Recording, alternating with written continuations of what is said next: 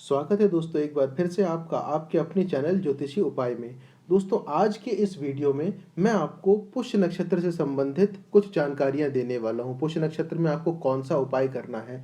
मार्च के महीने में पुष्य नक्षत्र की जो तिथि है वो 23 मार्च से प्रारंभ हो रही है, यानी कि दिन मंगलवार से प्रारंभ हो रही है और बुधवार 24 मार्च तक के रहेगी। तो 23 और 24 मार्च 2 दिन का समय मिल रहा है जिस दिन आप उपाय कर सकते हैं और उससे लाभान्वित हो सकते हैं। पुष्य नक्षत्र एक बहुत ही शुभ तिथि होती है। इसे नक्षत्रों का राजा भी कहा जाता है। विवाह छोड़ करके किसी भी प्रकार का शुभ कार्य पुष्य नक्षत्र के दिन बिना मुहूर्त देखे किया जा सकता है। इस नक्षत्र की शुभता इतनी होती है और ऐसे शुभ नक्षत्र में अगर आप कोई उपाय करेंगे तो निश्चित तौर पे आपको उसका अत्यधिक लाभ अवश्य प्राप्त होगा। दोस्तों उपाय करना है हमको 2 दिन, इसलिए जो मैं आपको आज बताने वाला हूँ वो भी 2 हिस्सों में बताऊंगा। एक उपाय जो कि मंगलवार 23 तारीख को करना है और दूसरा उपाय बुधवार 24 तारीख को करना है। तो दोस्तों शुरू करते हैं मंगलवार का उपाय। मंगलवार यानी कि 23 मार्च के दिन पुष्य नक्षत्र की जो तिथि है वो रात को 10:46 से प्रारंभ हो रही है, इसलिए उपाय भी आपको इस समय के बाद ही करना है। इस उपाय को करने के लिए आपको एक दीपक और एक साबुत लौंग, एक लौंग यानी कि जिसके ऊपर का फूल उस पर बना हुआ हो, वैसे एक लौंग की आपको आवश्यकता होगी। दोस्तों जो उपाय इस चैनल में आपको बताए जाते हैं वो ऐसी चीज़ों से संबंधित होते हैं जो कि आपके घर में ही आसानी से उपलब्ध हो जाए, जिसमें कि आपको कोई खर्चा ना करना पड़े। मैं प्रयास करता हूँ कि ऐसे ही उपाय आप लोगों को बताऊँ जिससे कि आप भी लाभान्वित हो सके।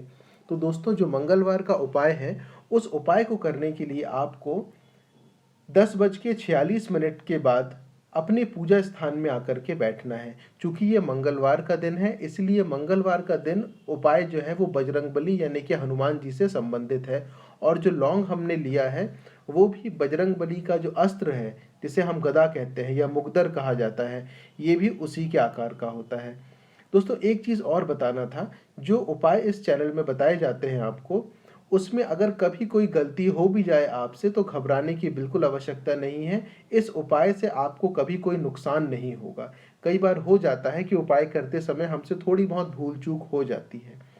हो सकता है कि उपाय करते समय जो उपाय आप कर रहे हैं उसमें अगर आपने कोई गलती कर दी है तो गलती करने से आपको कोई नकारात्मक प्रभाव नहीं मिलेगा, हमेशा आपको सकारात्मक प्रभाव ही मिलेगा। हाँ, गलती करने से ये हो सकता है कि सकारात्मक प्रभाव में थोड़ी कमी आ जाए, लेकिन उसका सकारात्मक प्रभाव आपको मिलेगा ज़रूर, नकारात्मक कभी नहीं मिलेगा। इसलिए बिना डर के बिना घबराए आप उपाय कर सकते हैं।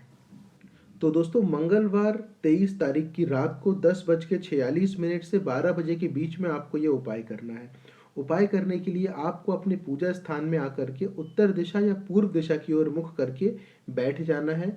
जो लौंग आपने लिया है उस लौंग को अपने पूजा स्थान में बजरंगबली या प्रभु श्री राम की मूर्ति या फोटो के सामने आप रख सकते हैं। नहीं भी है तो भी आप पूजा स्थान में लौंग को रख सकते हैं। उसके बाद आपको वहाँ एक दिया जलाना है, एक दीपक प्रज्वलित करना है जो कि तेल का होगा।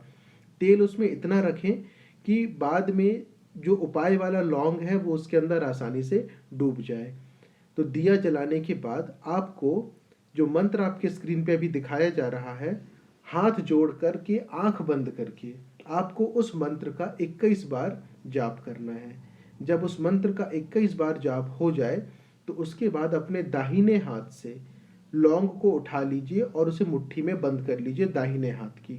उसके बाद जो भी आपकी समस्या है, जो भी दिक्कत या परेशानी आपके जीवन में आ रही है वो उस लौंग से आपको बोल देना है। ध्यान रखिए कि आपको केवल समस्याएं ही बोलनी है, कोई इच्छा नहीं बोलना है। तो आप अपनी समस्याएं उस लौंग से बोल दीजिए। बोलने के बाद अपनी उसी मुट्ठी पे जिसमें आपने लौंग को बंद कर रखा है उस पर 3 बार फूंक मारिए। जब यह हो जाए तो उसके बाद इस लौंग को आप उस दिए के अंदर डुबा दीजिए। जिस दिए में आपने तेल भरा हुआ है और जो दिया जल रहा है उसमें आप इस लौंग को डुबा दीजिए।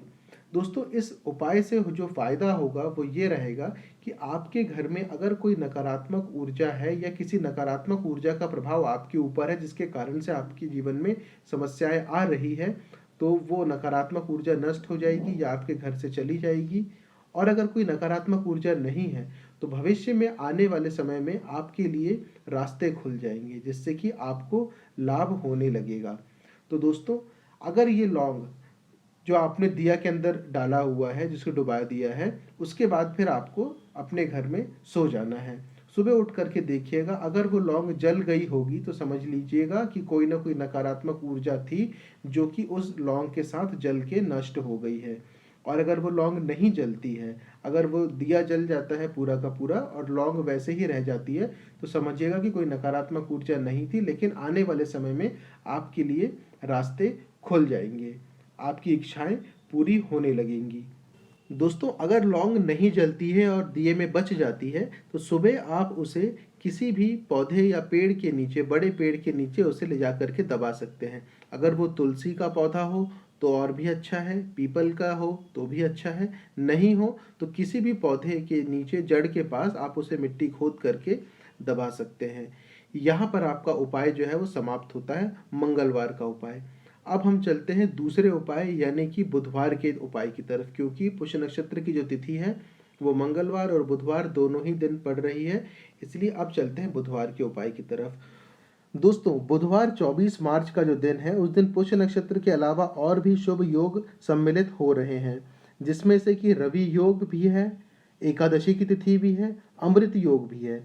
ये सारे योग मिल करके पुष्य नक्षत्र को कई गुना शक्तिशाली बना रहे हैं। इसीलिए इस समय आपको उपाय अगर आप करते हैं तो उसका आपको अत्यधिक फल प्राप्त होगा। उपाय करने का जो समय रहेगा वो शाम को 4:45 से 6:15 के बीच में रहेगा। दोस्तों, समय का विशेष ध्यान रखें, क्योंकि समय जो है उसे गणना करके निकाला जाता है, जिससे कि आप सही समय पर सही उपाय कर लाभान्वित हो सकें। बुधवार का दिन है, उपाय जो है वो गणेश भगवान से भी संबंधित रहेगा। एकादशी की तिथि है, इसलिए भगवान विष्णु से भी संबंधित रहेगा। सबसे पहले आपको जो समय बताया गया है, उस समय पे आपको अपने पूजा स्थान में उत्तर दिशा या पूर्व दिशा की ओर मुख करके आकर के बैठ जाना है, वो भी आसन लेकर के। उसके बाद आपको एक दीपक प्रज्वलित करना है।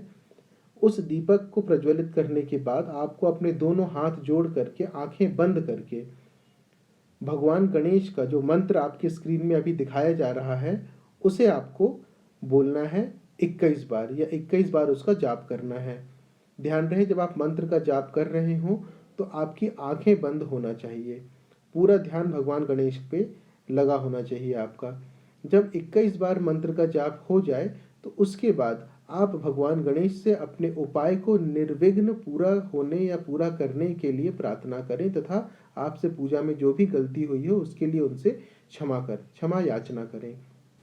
दोस्तों, अगर हो सके तो आप मंत्र जाप के बाद भगवान गणेश को दूर्वा अर्पित करें, क्योंकि दूर्वा भगवान गणेश को अत्यधिक प्रिय है। और अगर शमी पत्र आपको कहीं से मिल जाए तो शमी पत्र भी आप अर्पित कर सकते हैं, अगर नहीं हो तो भी कोई बात नहीं।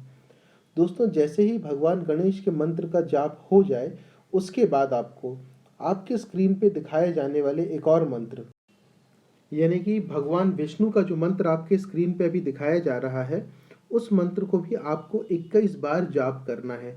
जाप करते समय ध्यान रखिएगा कि आपके दोनों हाथ जुड़े हुए हों तथा आंखें बंद हो। इस प्रकार से आपको भगवान विष्णु के मंत्र का भी जाप करना है। उसके बाद भगवान विष्णु को केले का भोग अवश्य लगाएं। 1 या 2 केला जो है वो भगवान विष्णु के समक्ष आप रख दें तथा उन्हें भोग लगाएं। पूजा में किसी भी प्रकार की गलती या कमी हो गई हो तो उसके लिए आप उनसे क्षमा प्रार्थना करें। अब आप भगवान विष्णु के सामने अपनी इच्छाएं प्रकट करें। जो आपकी इच्छा है, जो आप चाहते हैं कि पूरी हो, वो मंत्र जाप के बाद आप भगवान विष्णु के सामने बोल सकते हैं, तथा जल्द से जल्द आपकी इच्छाओं को पूरा करने के लिए उनसे आप प्रार्थना करें। दोस्तों, प्रार्थना करने के बाद जो केला आपने भगवान विष्णु के समक्ष रखा है, जो प्रसाद रूप में उन्हें अर्पित किया है, उसे वहीं रहने दें, पूरी रात उसे वहीं रहने दें, तथा दूसरे दिन स्नान करने के बाद, प्रातः आप स्नान करने के बाद उस केले को वहां से उठाएं और केवल अपने परिवारजनों के साथ मिलकर के ही खाएं। किसी बाहर वाले को उस केले का प्रसाद बिल्कुल भी ना दें। यहाँ पे आपका जो उपाय है वो संपन्न होता है। दोस्तों, चैनल को सब्सक्राइब अवश्य कर लीजिएगा, जिससे कि भविष्य में आने वाली किसी भी वीडियो या उपाय की जानकारी आप तक सबसे पहले पहुंचे, तथा ये वीडियो या ये जो उपाय है अगर हो सके तो ज़्यादा से ज़्यादा लोगों के साथ साझा अवश्य करें, शेयर ज़रूर करें, जिससे कि दूसरे भी जब इससे लाभान्वित होंगे तो कहीं न कहीं आप भी उस पुण्य के भागी अवश्य बनेंगे। जल्द ही दूसरे उपाय के साथ फिर उपस्थित होंगे। धन्यवाद दोस्तों।